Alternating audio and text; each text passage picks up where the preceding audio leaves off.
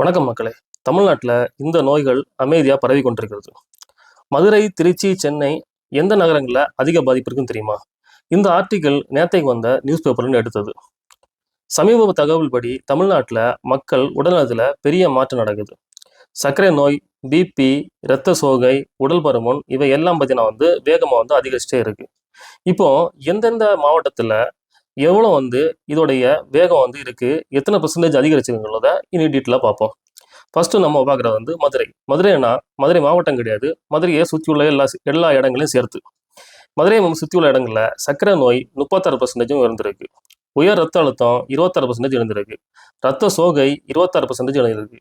உடல் பருமன் 83%. அடுத்ததான் நம்ம பார்க்குறது திருச்சிராப்பள்ளி. திருச்சிராப்பள்ளியில் சர்க்கரை நோய் 34% இருக்கு. பிபி 20%, ரத்த சோகை 32%, உடல் பருமன் 84%. அடுத்ததான் நம்ம பார்க்குறது சென்னை. சென்னையில் சர்க்கரை நோய் 25%, பிபி 26%, ரத்த சோகை 38%, உடல் பருமன் 77%. ஸோ இது ஒரு சாதாரண விஷயமே இல்லை. இவையெல்லாம் வாழ்க்கை முறை காரணமாக வரும் நோய்கள். அதிக ஜங்க் ஃபுட்டு, எக்ஸசைஸ் இல்லாமல் ஸ்ட்ரெஸ் ஆகிறது இது ஒரு முக்கியமான காரணமாக கருதப்படுது. இதை தடுக்க என்ன செய்யலாம் பார்த்தீங்கன்னா டெய்லியும் ஒரு 30 நிமிஷமாவது நடங்க. ஹெல்த்தியான ஃபுட்டை இனிமேல் சாப்பிட்டு பழகுங்க.